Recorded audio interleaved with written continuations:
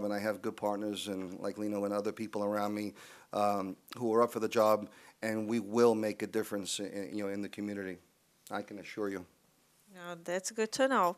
And we also know that you received one award as one of the top leaders in Washington, D.C. by the Portuguese American Scholarship Foundation.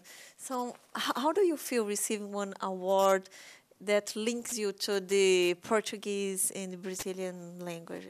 I was honored. Like I said, I'm lucky to be a part of this community, and that the community accepted me. Um, Education is crucial to any society, and especially to the city. We have so many intelligent kids who are talented, but they're not given the opportunity to go to college. And for me to assist and helping some kids with grants and whatnot. That's another reason why I want to become the councilman, to make these funds available for the children. But that was a pretty exciting event in my life, and it was probably one of the biggest awards I've ever received. And it was mostly Portuguese and Brazilian people, and we've helped a lot of kids go to college because of it, and I'm very proud of that. Well, you're a very well businessman here. You're very dedicated. You have lots of projects. So what's going on? Like we are so close to the election. What's going on now? What's going on now is that I've been pulling my hair out of my head. I literally, uh, running the business. Thank God I have a team of really dedicated staff. My staff is really hardworking, honest people, who I'm proud of, and they've been watching the business.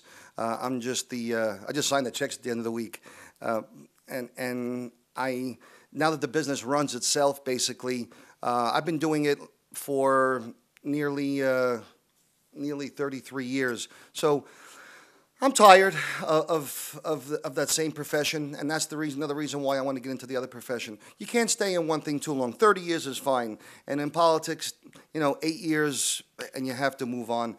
But I built a successful business because of, I'm a hard worker, and when I believe in something, and when I get to a job, I take it very serious, and I try to excel. I'm like an overachiever type person. When I take on something, I want to be the best at it, and that's why I know that I'll be able to serve the people of the city better than they've ever been served before. Mr. Pantoliano, uh, we know that Peter. Okay, thank you.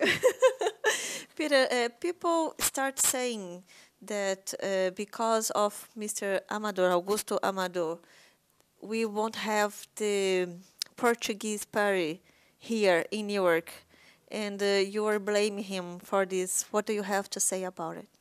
The people are blaming him for it, and rightfully so. He's made a personal vendetta against the Coutinho family, um, part of the community.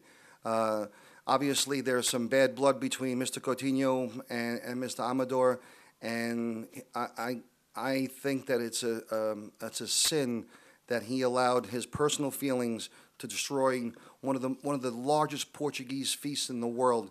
I understand that the feast could be done a little bit differently, maybe perhaps better handled, maybe in a different area.